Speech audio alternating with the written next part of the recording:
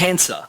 Why is it so hard to fix? Well, cancer is essentially your own cells going rogue via mutation of key genes. Invasive treatments such as surgery or chemotherapy aim to remove or kill these rogue cells, but they don't always work. One of the most commonly mutated genes in cancer is the tumor suppressor gene p53.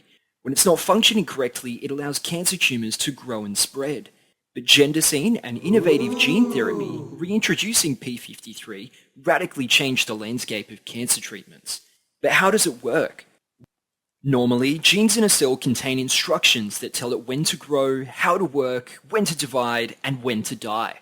In cancer cells, these genes are mutated, so they behave abnormally, divide out of control, and don't die when they should.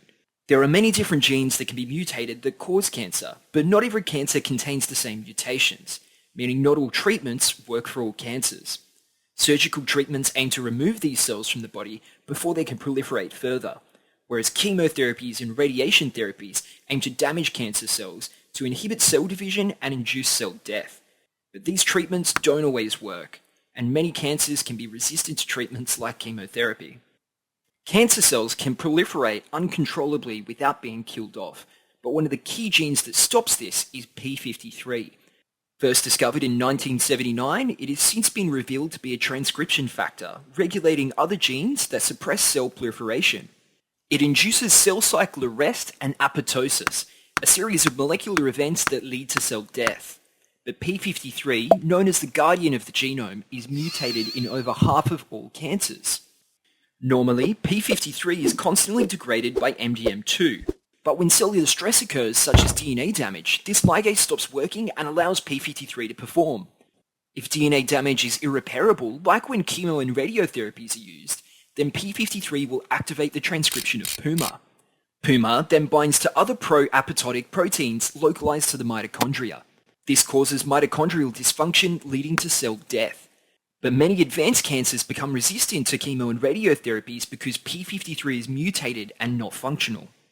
In 1998, Shenzhen Sci-Bionogentech, a Chinese biotech company, developed Gendicine, a recombinant adenovirus injection with a functioning copy of the p53 gene.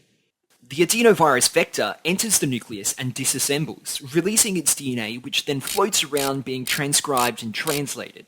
With functional p53 expression now happening, the cell's tumor suppressor functions are restored and it can correctly stimulate the p53 apoptotic pathway. In 1999, Gendicine showed promising results in patients with non-small cell lung cancer whose cancer had progressed while on conventional treatments. Then, in 2003, it was approved in China for the treatment of head and neck squamous cell carcinoma. Hence, it became the first commercial gene therapy approved for clinical use. But can it be used in other types of cancer as well? In hepatocellular carcinoma, that's liver cancer, the standard treatment if it was unresectable was TACE.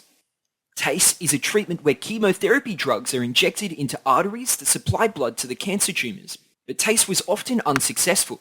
A study published in 2000 assessed multiple TACE regimens and found the most effective one to have a 5-year survival rate of just 16.8%. But in 2005, a case study emerged. A patient with liver cancer had surgery, but 5 months later had recurrent nodules in the remnant liver. The patient then received a combined treatment of Gendicine and TACE. 7 months later, they had no signs of recurrence and had normal liver function. Then, based on Gendicine's emerging successes, its efficacy was tested in liver cancer that had metastasized to the lungs. From 2008 to 2009, at the Military General Hospital in Beijing, 20 patients with pulmonary metastatic tumors were treated using a combination of TACE and Gendicine. All 20 patients had Gendicine injected into the arteries that supplied blood to the tumors in conjunction with TACE. 13 of them had tumors larger than 3 centimeters in diameter. These tumors also got Gendicine injections directly into the tumor. 18 of the patients were followed up for 2 to 12 months. For 16 of them, their overall clinical symptoms were alleviated, and in 10, the metastasized tumors had either disappeared or decreased in size. Besides a fever, no adverse effects were reported. These results demonstrated that Gendicine, in combination with TACE, is a safe and effective treatment for liver cancer that is spread to the lungs.